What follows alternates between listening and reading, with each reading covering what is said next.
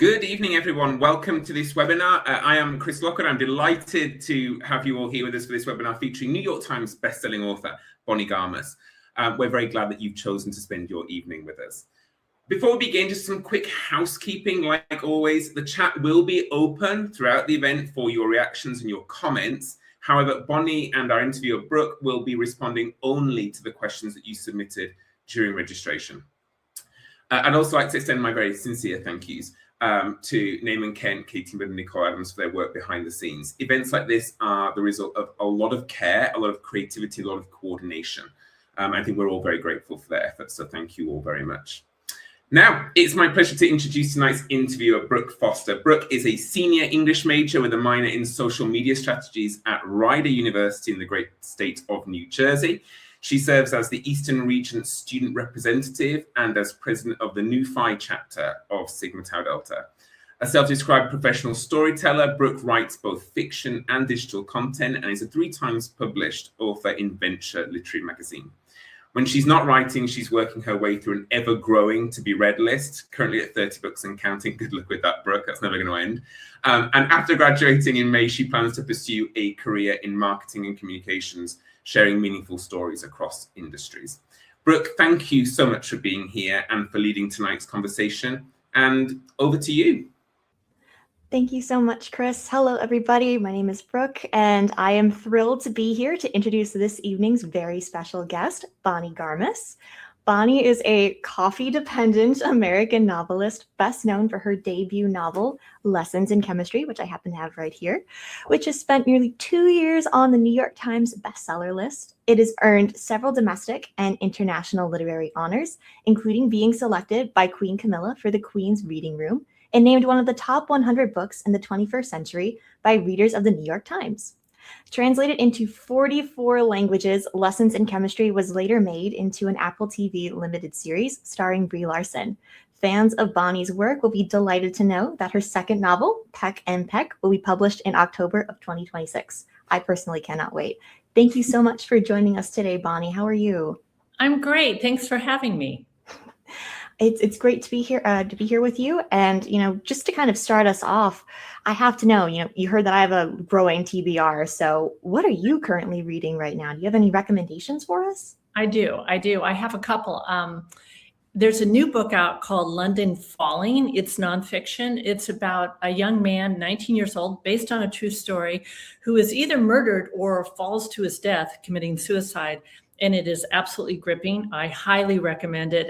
The guy who wrote it works at the New Yorker, and you can really tell he's a great writer. He also wrote Empire of Pain. So I also read Yesteryear by Claire Burke.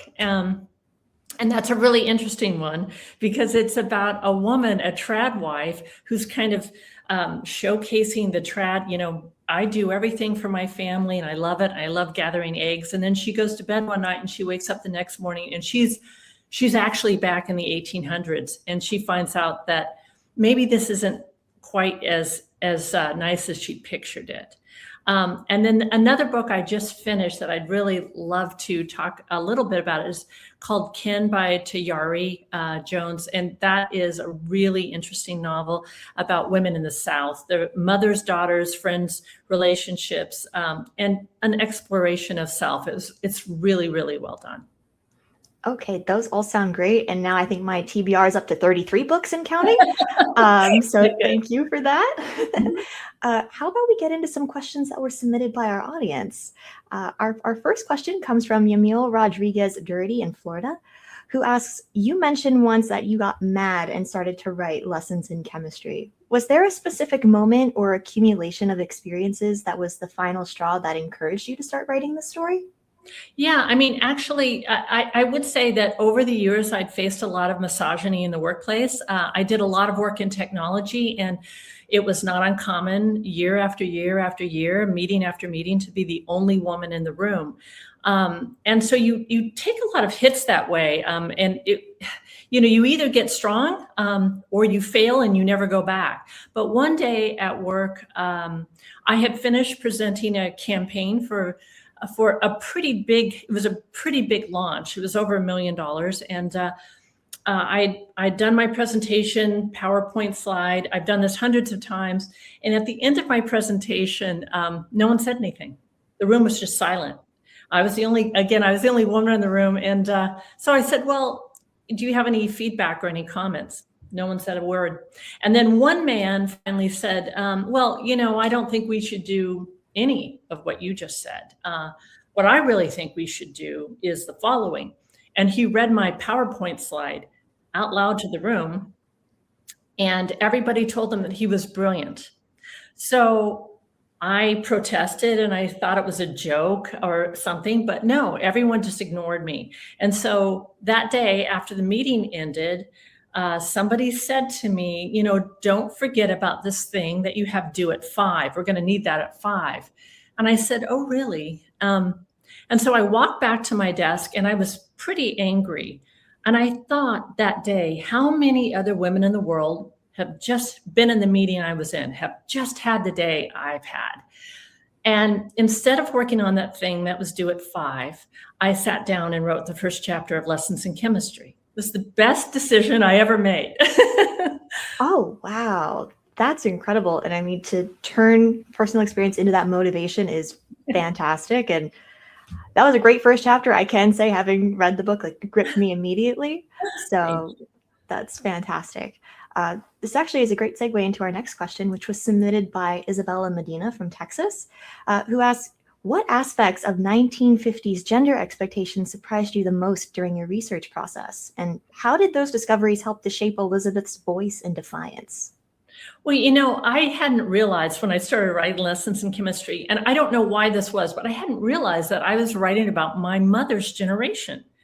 And it really opened up this entire world to me of what all of these women had given up or were required to give up to stay home and raise children. And so the things that surprised me most that I did not know was back then, my mother's name was not on the deed to our house. My mother could not open a credit card or have a credit card, and she could not open a bank account. She had no access to funds unless my dad, who was a great guy, but unless he approved it, unless he gave her money. There were just all sorts of things. For instance, like you couldn't work if you were pregnant. So my mother was a nurse and she got fired for being pregnant and was sent home for, 18 years. Literally, you couldn't do so many things. And I grew up in a neighborhood where all the moms were at home. It was a very traditional sort of thing. But I will say that they weren't a happy group. I mean, they were, but they weren't. A lot of these women were very well educated, but they just worked 24 hours a day, making food, sewing all of our clothes. We didn't live in a wealthy neighborhood, but we were all subject to what our fathers made. And so they were the head of the household, and the women worked 24 hours a day. And I remember growing up and thinking, I don't want to do this. And as it turned out, most of the kids in my neighborhood grew up to be feminists because we saw what our mothers were not permitted to do. And so that really surprised me when I finally realized I was writing about my neighborhood. Oh, wow. That's amazing. And I mean, this, again, it's a great segue into our next question, because you talk a lot about how your personal research and your personal experience have helped you to write Lessons in Chemistry. So Lori Stevens from Texas wants to know, what was the overall research process like for writing Lessons in Chemistry?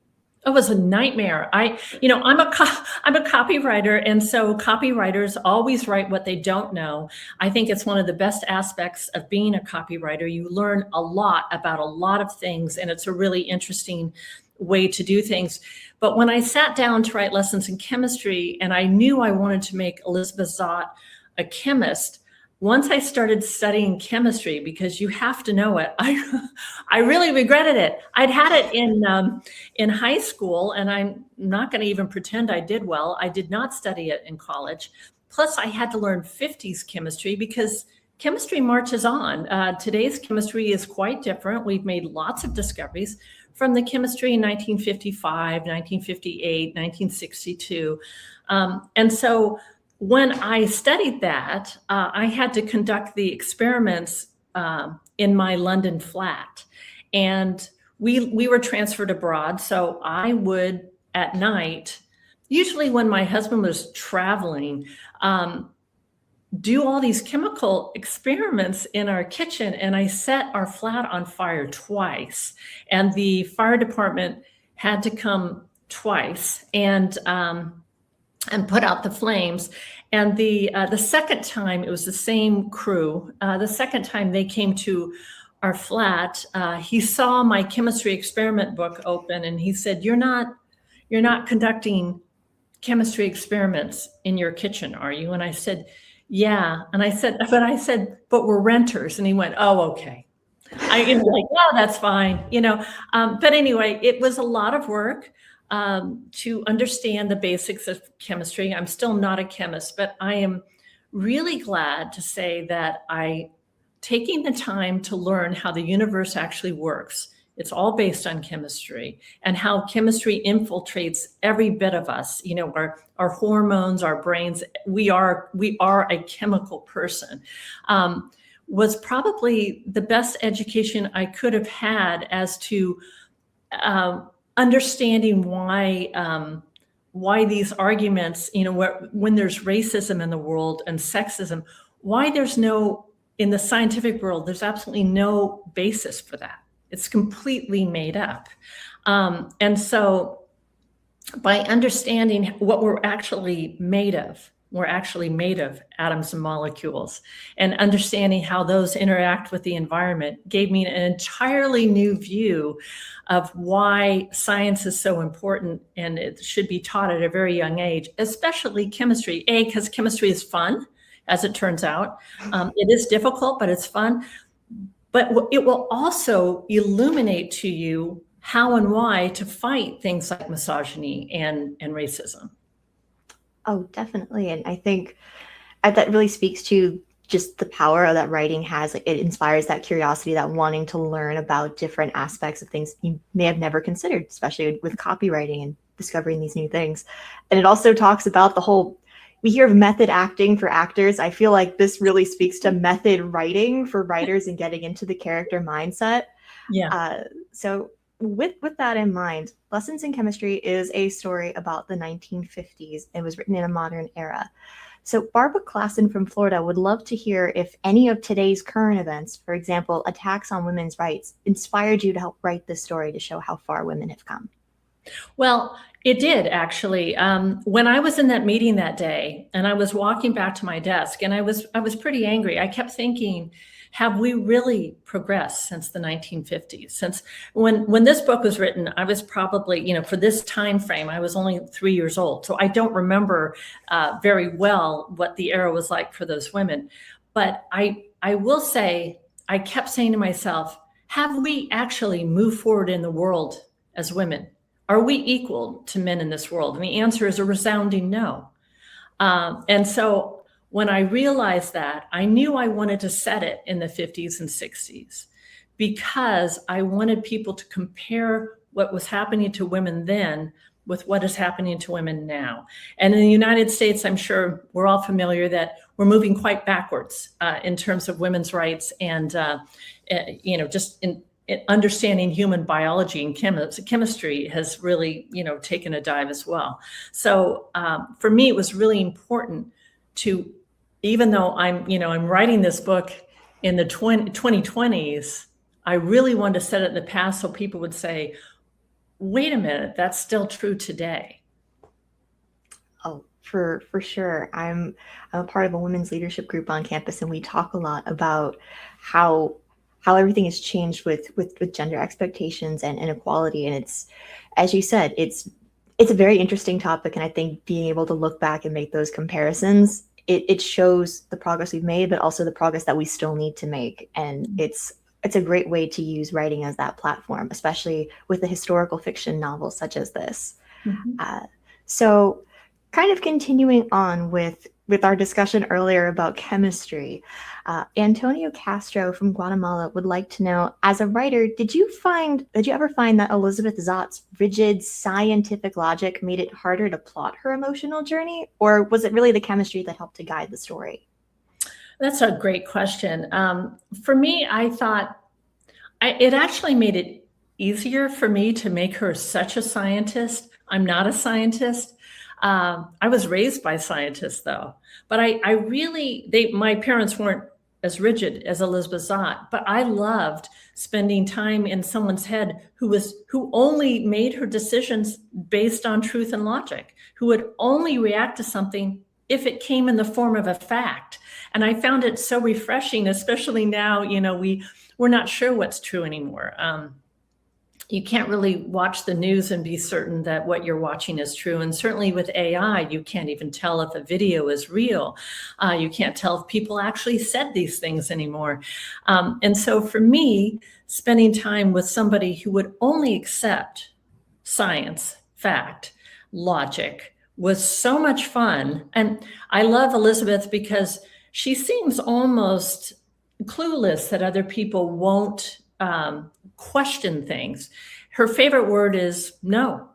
She's just not going to play the game. She doesn't see a reason to play the game. There's no logic behind playing the game. So all of that came into her character. It made her very vulnerable in a way to other people because they tore her down because of it. But it was really a joyous part for me to write. Her resilience throughout the entire novel it makes her such a great character in terms of being a role model too for so many readers. I love how in her show she's just saying, okay, we're going to focus on this particular topic and we're going to teach in a way that can be delivered to an audience of housewives that can learn and that they can grow and inspire that progressive change. So to see a character like that on the page is wonderful. Well, thank you. Well, I think, it's really important. I think especially back then, women were really put down. They were considered stupid. A lot of women were considered. And also the fact I made Elizabeth attractive. I hadn't at first. She was a very plain looking woman. And then I realized I was reading this study. And by the way, this is still true today, that overall, when people see an attractive woman, they assume that she's not as smart. That's a construct built into our society to judge people, of course, on the way they look, but it actually goes against any kind of logic. So I loved having an attractive woman in science because I knew that in addition to not being taken seriously, the men would hit on her, and that would make yet another, obstacle that she would have to overcome. So for me, it was really important that she be this very resilient and strong woman and refuse to give in to whatever society said she had to do or look like or be. You will never see Elizabeth Zott looking at herself in the mirror or fixing her hair. She just won't. That's not what she's there for. I love how that little detail too just goes such a long way in terms of her story. And I think this really ties into our next question from Aubrey Kloppel from Colorado, who asks, in Lessons in Chemistry, Elizabeth Zott challenges both scientific norms and societal expectations. What inspired you to create a character who is so unapologetically different? And how did you balance the realism with her almost larger than life confidence? When I was writing her, honestly, I would go to work and then I'd come home and when you're at work or you're in school and somebody says something, you really don't like what they just said, or you disagree with it, but you can't think of what to say. Well, the great thing about being a writer is that you can think about it all day and then come home and write what you wish you had said. And so that became a theme for me over and over, where, I had time to reflect and think about how she would approach these problems. And, she does have these flaws, and she does get hurt, and she does suffer when people aren't kind to her. But she also, what I admire about her is that she's just not going to bend in a way that she's supposed to. So in terms of writing that, that's the gift of writing. You get to pause and think about what it is she's really going to say before you say it. And that is why she is very consistent throughout the book. I love that. And I'm very familiar with what I call like the conversation buffer, when you'll have a conversation, walk away, and immediately, oh, that would have been a great response. And you bring up such an excellent point about how using writing to to really think through. And I can't tell you how many times I've set aside a draft to be like, I need to find that perfect piece of dialogue and just go back and writing that. So it's such a great example of that. Yeah, thank you. So moving into our next question from Laura Barbieri from New Jersey, your novel blends humor and science and social commentary so seamlessly. What was the process for really weaving these elements together without losing the narrative momentum? Well, I think for me, I knew that I had a very strong statement to make about women in the world and where we are today compared to where we were yesterday. And I have learned from being in the business world for so long that if you want to get your point across, you better add humor. You must allow people to hear you. The best way for people not to hear you is to be preachy or angry or, I don't know, mostly preachy.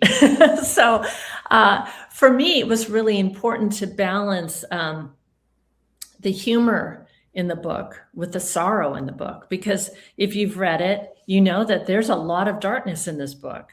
And so I think when I'm writing, I'm constantly aware, I can hear the characters talk, which always makes me sound unbalanced, but I think most writers do hear what their characters are saying.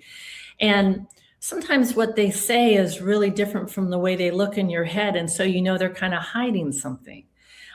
What they're hiding is usually the most interesting part of that character. And so for me, when Elizabeth Zott is being really tough, she's also lost a lot. And so part of her toughness, her resilience has come from losing and having to get right back up again.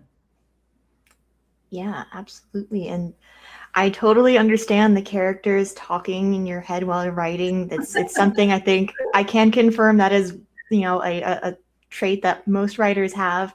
And I think, tying back to what you were saying earlier about creating Elizabeth as this character that's very factual, very logical based, and then combining that with the humor.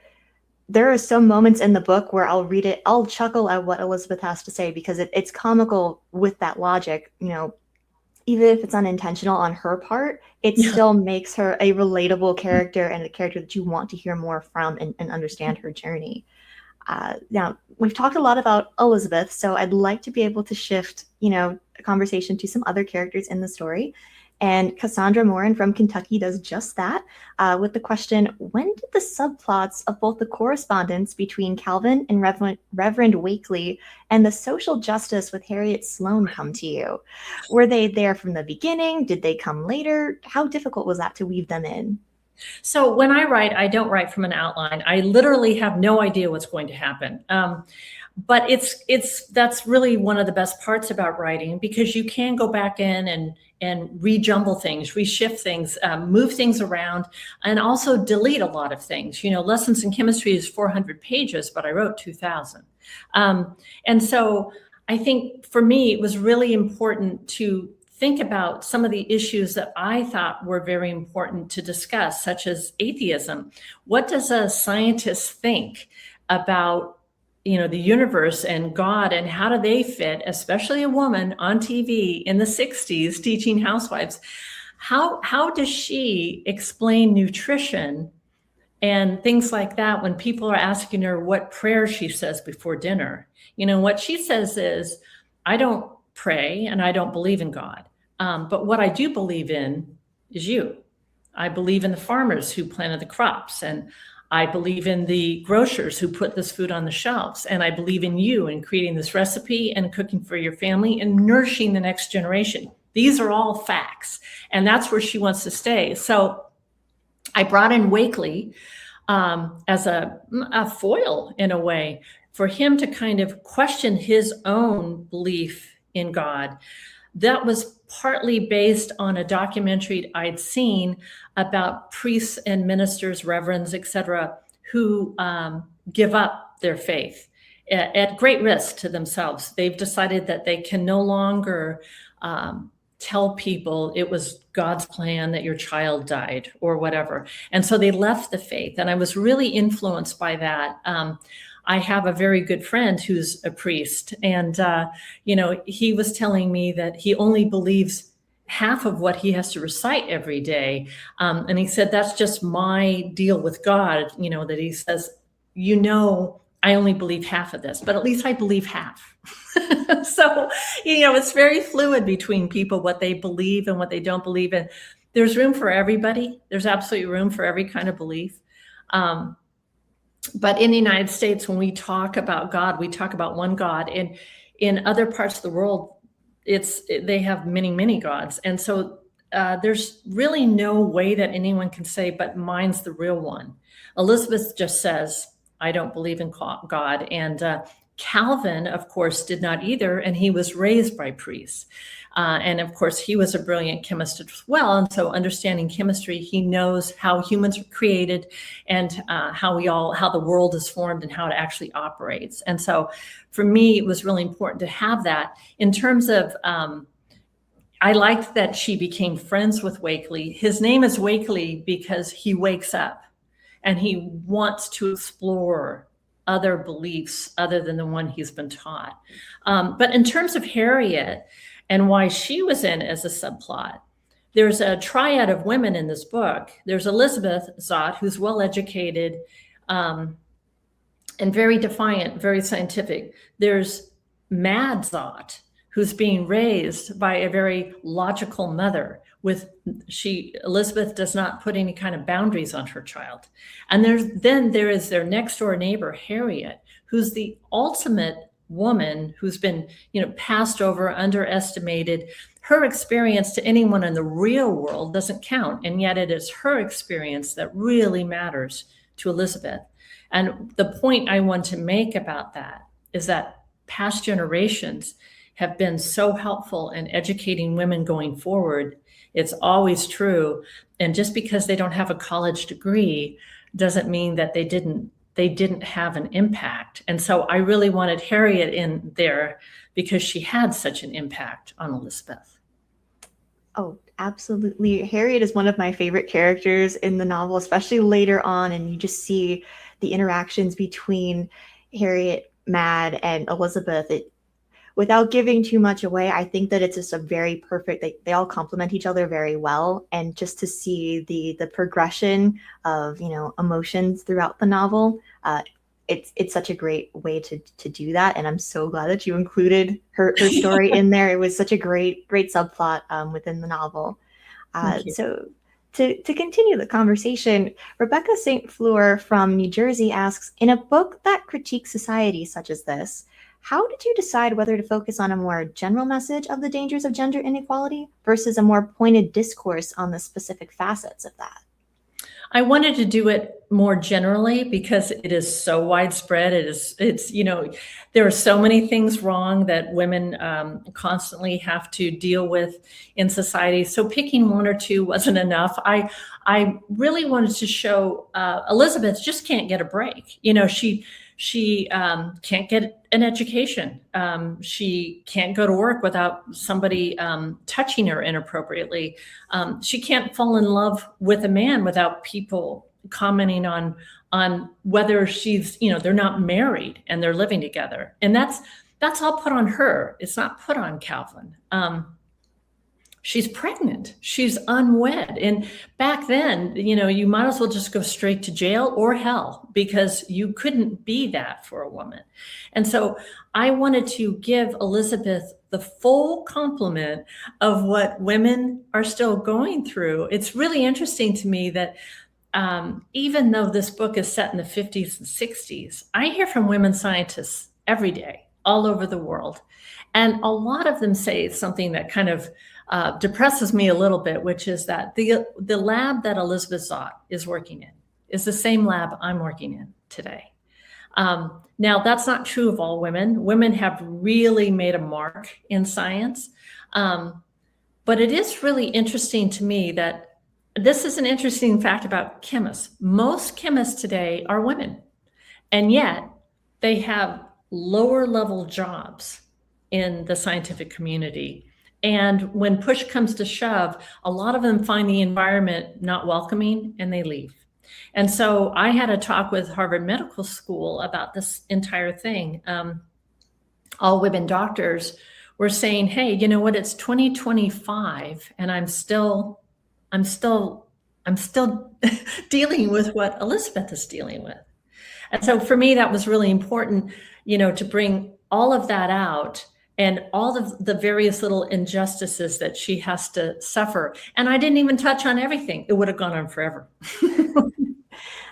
I mean, you said that the first draft was over 2,000 pages, I think. So. Oh, no, it's not really, when I write, I rewrite. So the way my process works, I get up in the morning, I read what I wrote the day before and I go, oh, I hate this. And then I just cut it. And then I think, oh, well, maybe I'll work, go back a little bit. But all I'm doing is exploring ideas, constantly rewriting and exploring ideas, because I only ever want to work on ideas in a book. And not just plot or characters, but ideas that guide the book. Yeah. And I mean, with those ideas, it makes me think about, the type of language and we talked a lot about, just the whole scientific aspect and the chemistry experiences that you've had during your research and when writing this book.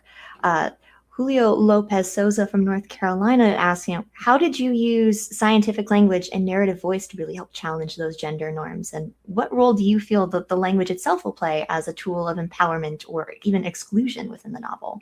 Such a great question. Language is power. And it's really important, especially for students, use your voice. Use your voice going forward and try not to be afraid. It is very easy to become afraid in our society. But the more people speak up and the more people speak for other people, the louder we get and the better we become. Discourse is normal. It should be normal. And so for me, when I was dealing with the chemical part of the language, which believe me, it was hard studying that. But and I was amazed with the actors. They were just flawless pronouncing all of the chemical reactions and things. And they said, oh, it's like studying, it's like a foreign language and we just practice it until we sound good. But I think, all of that was really important in driving home this point of factuality, of things that are real versus things that are not real. And so I think when the scientist says, this is actually how it works, or this is what we know as of today, it carries a lot more weight than, normal thing, a lot of opinions about how things work. I would much rather see test results and studies and papers know that our research is based on reality and not something that's been fabricated. So that language is very important. It's very powerful. When we hear scientists speak, they do tend to sound pretty intelligent. The words are really long. It doesn't mean that they all are intelligent, though. I want to say that. Just because you're a scientist doesn't mean that you're good at it. It's just like anything else. And so I really revere the scientists that we have in the world, but not all of them. You bring up such an interesting point, too, about having that real world experience within the story. If we can maybe shift things into the real world for a second, Marissa Lippincott from Maryland asks, Elizabeth faces misogyny in her field of work, and she works to overcome it. Now, you mentioned an earlier experience facing misogyny as, within advertising and coming up with, within the meetings. Have you faced misogyny as a female writer?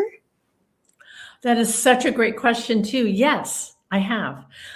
It is really interesting in publishing 10 years ago, or maybe I should say 15 years ago, nearly every single book on the bestseller list was written by a man. And that had been true for decades and generations. The reason why the very unpopular now J.K. Rowling used J.K. was because she knew she couldn't get very far using her real name. That has been a trick with women have used. There's a reason why George Eliot is George Eliot. Throughout the ages, they've had to disguise who they were. When I first sent in my manuscript, I actually thought about, not using my first name. But But I think by the time I was doing it, things had really started to change. And now I would say that the list has a lot more women on it. Sometimes it's even dominated by women, which would have never happened 15 years ago. Just not happen. But in terms of misogyny, it is really interesting. Publishing has actually been pretty even-handed, I would say, in terms of how they treat women authors versus how they treat men. But in certain events and things where women are at risk, for instance, I'm at risk. The Andrew Tate people don't like me. And so I might need something like security. Well, a man would never need to ask for that. But if I ask for it, there's a question of, well, why do you need it? Well, because I'm a woman in the world. And because I get death threats from people like, who follow Andrew Tate. And it's just the way our society has become more volatile and less accepting. And I don't know, almost like it's turned into a little bit of mean society, because of social media and things like that. And so I would say that that's one of the instances where I think I have to still explain to people that women have a different experience out in the world. Even me working, going to an event, I have to think twice, and a man would not have to. It's really interesting to see like how the shift, it still exists. We're changing, we're going towards positive, progress, which we've mentioned before, but there's still things that need to be improved. Mm-hmm. But it's really interesting how you mention, using pen names or more masculine pen names for female writers has been tradition.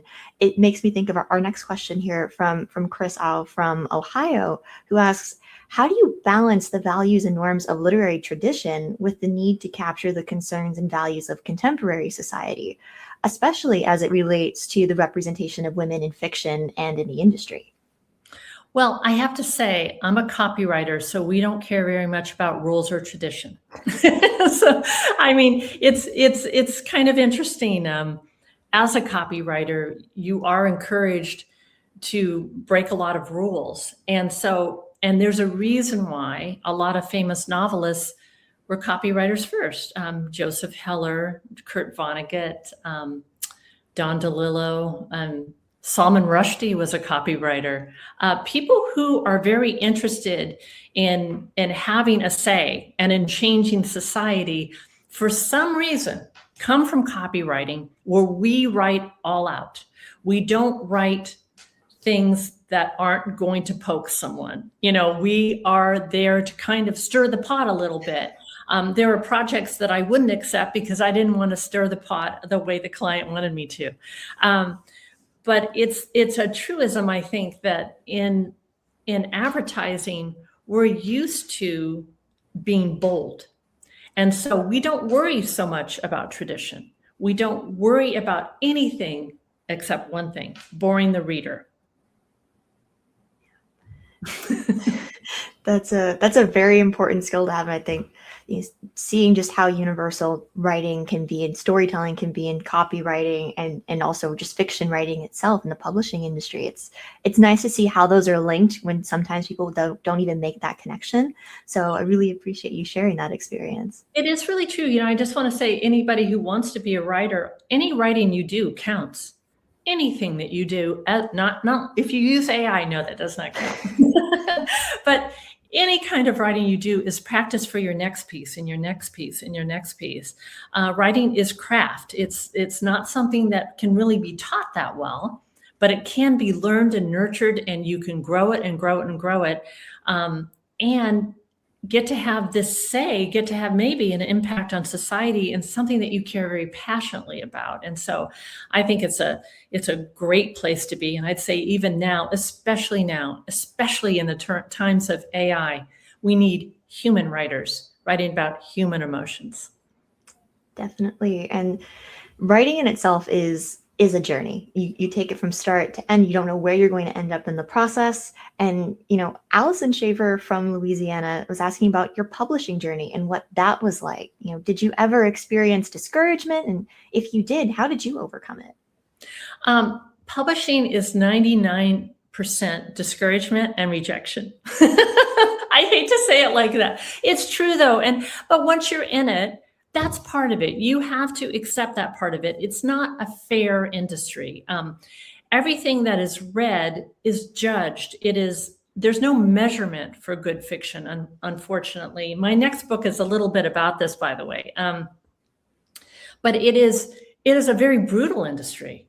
And I will say that, the other authors I know and the other writers that I meet, we all talk about our failures, because you should expect to fail. It is fine to fail. If you haven't failed, you will fail. But that is part of the human experience. And I've got to say, part of that makes you a more resilient and better writer.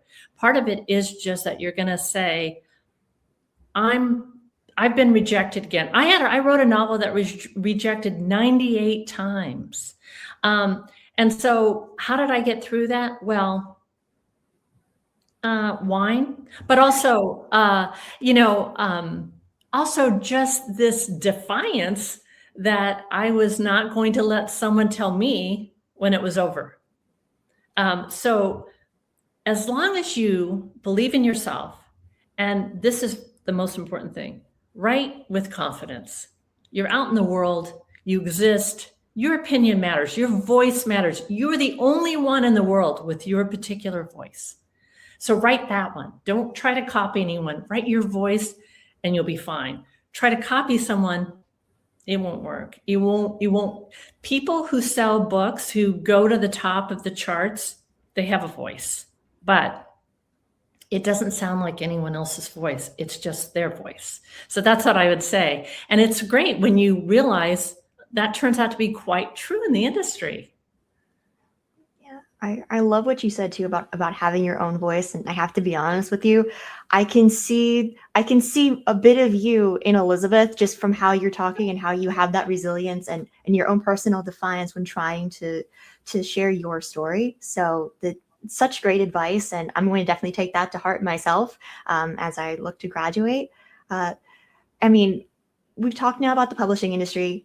I think we'd be remiss if we didn't talk a little bit about the adaptation of Lessons in Chemistry on Apple TV. So this question comes from Euphemia Theophanopoulou from California, who asks, could you talk a little bit about the Apple TV deal and how it came about after your book was published? Did you have to give up any creative control? What was that experience like? You give up 100% creative control. So I'll just start with that. So I thought this was really funny. I had no idea anyone would be interested in this book. I didn't think it would be published. And I was astounded when my agent called and said, we're getting offers from Hollywood. We're getting so many offers that we have to put a floor in. And what they mean a floor is just that the offers have to start here. So you can't be, just anything. But I was just amazed. We got it down to about 8 studios or something. But the first thing you learn is they're going to do whatever they want. Now, there's some grief involved in that.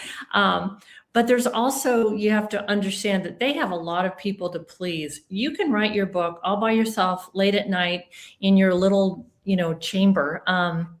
But this is actually going to be on the screen, and it involves actors and sound design and set design and all sorts of things. And they have their ideas of how it wants to be and appear. And you just have to make your peace with that. That is very hard. But before the series was produced, I heard from several writers who reached out to me, writers I'd never talked to in my life, never thought I would ever hear from or talk to. And they're all pretty famous. And they said, so this might be a bumpy road for you. So what you do is you turn your book over and then you turn around and you run the other direction, because they are going to change your words. They might change the direction. It may not be at all what you envisioned. And you're just going to have to make peace with that. And I thought, well, that sounds like really good advice. No, it's the only advice. I will say though that everybody at Apple, everybody at Aggregate was wonderful to me, and I'm really lucky that this series got made. Many books get signed. 98% of them never hit the screen. Mine came out very quickly. Those actors worked really hard, and it was a bumpy ride for me. But it was, I think I learned a lot. That's such great insight to have. I mean, so many writers, aspiring authors right now, they are really excited to write their first novel and keep their fingers crossed that maybe one day they'll have this success and they'll be able to have so many different offers. But to get that behind the scenes look now, I feel it'll be really helpful for so many writers. So thank you so much for sharing that. Well, I'll tell you that the writing community, they all understand what writers are going through. So once you're sort of out there, the protectiveness of other writers is palpable. It is so nice. So many people reach out and say, I'm here if you need me. If you need to talk through something, I'm here. I understand, you're going to be faced with all these things that you're probably not prepared for, like death threats or whatever. We go through this. So it was really nice to have these people contact me and say, this is our community. Welcome. Oh, I love that. And just to know that there's that community out there is so nice to know. And I think we see that even in the classroom as college students or high school students, wherever there's a writing community, it's a supportive community. And it's nice to know that that's out there. Yeah.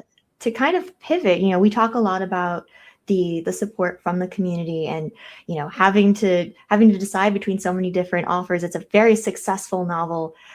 Brooklyn Barnett from New Jersey wanted to know, how did you personally handle the success of your book? Did the anticipation and expectations after releasing Lessons in Chemistry make it difficult to write new things after? No, it didn't. I don't know why either. I mean, it made it difficult because I didn't have any time. This is the other weird thing about being an author. I had no idea. Your job is a 60-hour-a-week job. You may try to be writing a novel, but you're still going to be writing it in the cracks of the day. I know Pulitzer Prize winners who have not quit their day job. This is a iffy industry. So you may have a very popular book, but those royalties only go so far, and you may not earn out your royalties. So you have to be cautious. I think most writers I know are very cautious. So every novel, I don't know a single writer who just goes, I'm just going to stay home and write.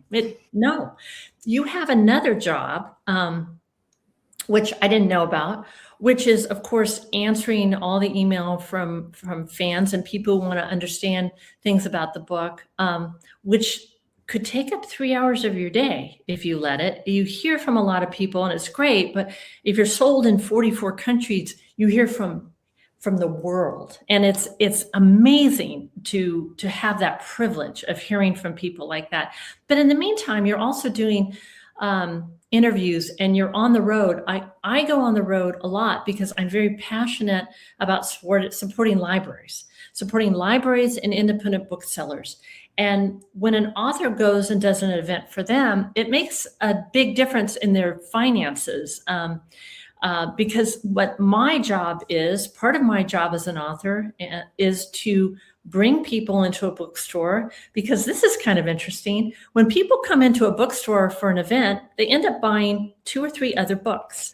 So you're really out there helping other authors, and you're helping the bookstore, and you're helping the whole ecosystem. You're helping the publisher and the printer and the guy who drives the truck. And we all are dependent on each other. And so I didn't realize I would be traveling this much, but one year I did 84 flights. Wow. Yeah. So, that part of it hasn't really stopped either. And now I have a new book coming out. And so the publicity for that is going to start, and then I'll go on tour. It's hard to go on tour. It's not quite as glamorous as people might think. But meeting readers is such a gift. It's the most amazing part, and hearing people's experiences it's just a gift. Yeah, and I have to say, you've given me my quote unquote excuse for, going into the bookstore and saying, I'm only buying one book and I come out with maybe 3 or 4. So to just have that in the back of my mind, I'm supporting, I'm supporting the publishing industry. I'm supporting every single person involved in that. Yeah. Great reasoning. I'm definitely using that the next time I go to the store. Good. But meeting, you said you travel a lot and you meet so many different fans and so many readers of your stories. Victoria Testa brings up this wonderful question from Massachusetts. Is there a question that you wish readers would ask you more? Okay, I'll tell you a question that readers always ask me that I wish they wouldn't ask me. How about that? Okay. They always ask me what my favorite thing is to cook, because they assume that I'm Elizabeth Zott and that I cook. The truth is, I am a terrible cook. I am not a good chemist. And so I don't like that question too much. But I think you asked me my favorite question. What am I reading now? And what do I wish other people would read right now? And I should mention, my next book involves poetry, which a lot of people don't like. And I have to admit, I was one of those people. And now I've written a book about it. But it's not just about poetry. It's a way we see our society. It's about originality and creativity. And that is really the focus of the book, of preserving that and nurturing it into the future instead of it being destroyed by technology. And I think probably for me, I wish people would ask me right now what poem they should read. And I would just tell you this, you probably already read it, but I've really become a little bit of a scholar of T.S. Eliot. And if you've never read The Love Song of J. Alfred Prufrock, then you really should, because that poem is really powerful. It teaches you meter and cadence in language. It's a mental exercise for your brain. So if you want to kind of get off social media and save your brain, you can read a poem like this, and your brain has to exercise, because you're reading and you're visually seeing something on the page that's very different from fiction. It's not straightforward. It meanders on the page. It's very interesting the way poetry actually seeps into us.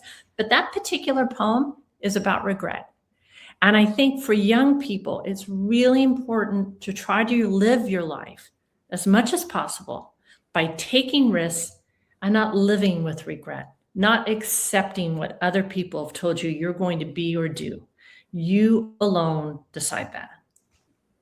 Oh, I love that. And to kind of, agree with you on the poetry conversation here, several of my classes on campus, we talk about meter and the impact of, structure of a poem and literary devices. And what you say, it's just repeating what my professors have kind of drilled into us over the years. And it's so true. And I can second everything there. And I'm going to have to check out that poem. I haven't read it yet, but it'll go at the front of the list, I think. Now it's safe to say. Okay, good.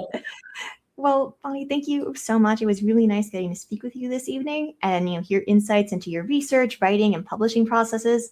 I do have one last question for you before we go, if you don't mind. And that is, what's coming up next? What can we look forward to seeing from you? Oh, thank you. Well, I have a new book coming out. It's coming out in, October 13th is the launch date. And this book is called Peck and Peck. I hope it will appeal actually to your high school students, because it is about being young and being uncertain about your future, especially if you're surrounded by a lot of people who seem to already know what they want to be. They want to be a lawyer, a doctor, or, they just seem to know. And what if you don't know? Or what if you want to go into something that seems like a huge waste of time to other people?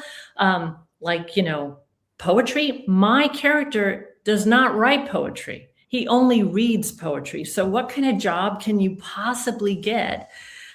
Well, if you read Peck and Peck, you'll find out. But it's really about how life, especially lately, seems to be only in black and white. We have the Democrats and the Republicans, and we have yes and we have no, and we have science versus religion, and we have all these opposing forces. But the truth is that there are way more than two sides to everything. There are at least three. And so Peck and Peck is an exploration of a young man who has to make some very difficult decisions. He goes, he kind of feels like he's disappointing his family with his choices. He lies a lot about what he's doing. He moves to New York City in the late 70s, early 80s, when crime was at an all-time high, and he lives his life there, and he's trying to make it, and he's failing. And so it's a lot about rejection and failure and how he copes with it. And I think, for me, it was a real joy to write. But just like with chemistry, I had to learn a lot about poetry and its structure. I didn't understand poetry. I have no idea. I had no idea to begin with why it continues to persist. Now I know why it is so important to our society, why it still matters so much today. And so I hope, people will find that in the book. I'm really excited for it to come out. Oh, that sounds great. And I think we've now uncovered book 34 for the TBR. I'm very interested in that, and I will be counting down the days till October. But thank you so much, Bonnie, for coming and speaking with us today. I could talk to you for probably hours about, I have so many questions about perspective and writing, but, I think that's all the time that we'll have. So, but thank you again. I'm going to turn it on over to Chris, I believe, to send us off for the night. Well, thank you, Brooke. It was wonderful. Well, thank you, Bonnie, and thank you, Brooke, as well, for such a thoughtful, engaging, and inspiring conversation. That was really, really wonderful. We're very grateful to both of you and to all of you for joining us this evening and for your insightful questions and your participation. A recording of this webinar will be available on our YouTube channel. That's at Sigma Tau Delta English. So be sure to subscribe for updates and some future programming. And if you'd like to read Lessons in Chemistry, it's really great. Please visit the English Honor Society's bookshop page. Every purchase there supports authors and independent bookstores.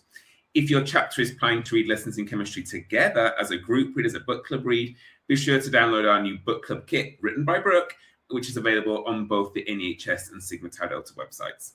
And there's more to look forward to. As Bonnie mentioned, Peck and Peck will be released this October 13th, so be sure to pre-order your copy, and you can also do that on bookshop.org.